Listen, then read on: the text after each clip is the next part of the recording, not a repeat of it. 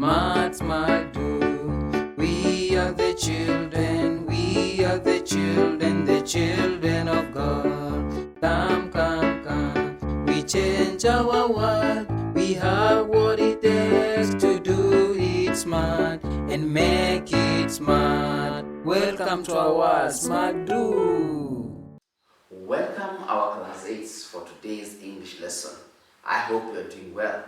Now today we're going to learn the use of adverbs of degree as intensifiers. Adverbs of degree as intensifiers. Now let's start by describing what is an adverb. Let's remind ourselves what is an adverb. Yes, good. So is a word, an adverb is a word that shows how an action was done.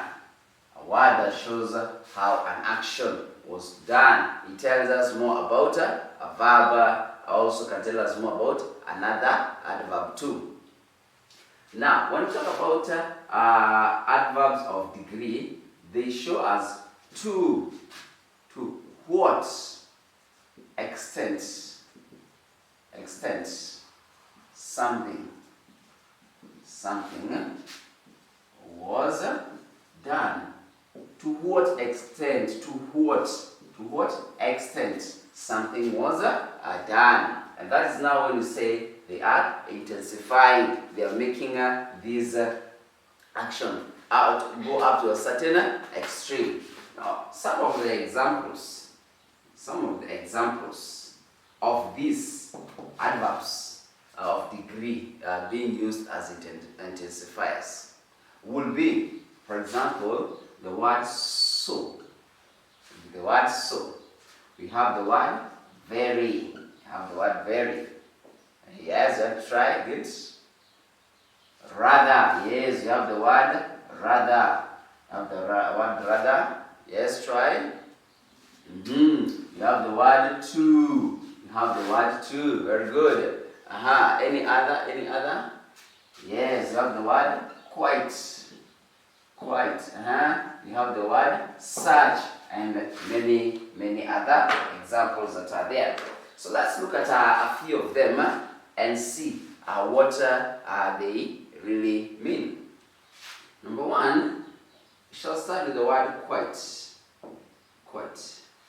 So what does the word quite mean? Yes, it used to show to some degree. To some, not very much. To some degree.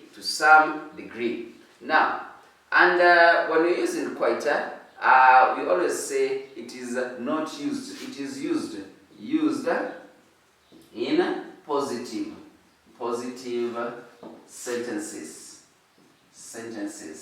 Now, the word that we will use in the negative sentences will be the word rather. Now, rather also means to some degree, but now you use it in the negative sentences. Now, for example, you can have in a sentence here, example, the food was quite delicious. The food was quite delicious. So to some degree, the food was delicious. It was not very, but it wasn't bad. I can also say he plays football quite well. Not so much, maybe cannot be compared to the best players that are known, but to a certain degree, this person is able to play football well. Now, at times we have the use of quite plus a sentence with a what? An adjective. A sentence with an adjective. So, when we want to describe something, of course, we use an adjective. So how do you use the word quite? Now this is how the pattern will be. It will be that the word quite comes, word quite, then the adjective,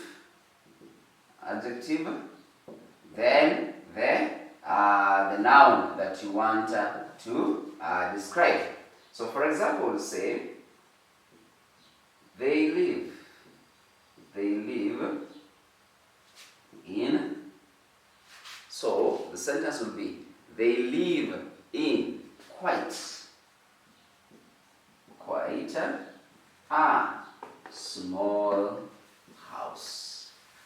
They live in quite a small house. So it will be wrong to say they live in a quite small house. That one will be wrong. So we will say the adjective, the article a or an will always come after the word quite. Will always come after the word quite. So we say they live in quite a small house.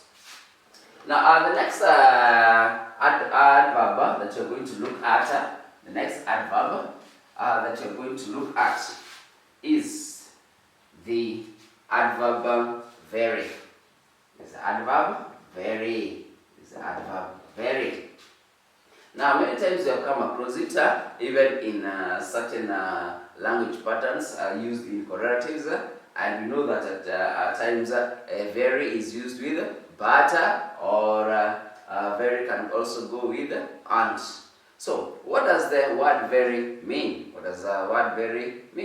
It means to a very, to the highest degree possible, to the highest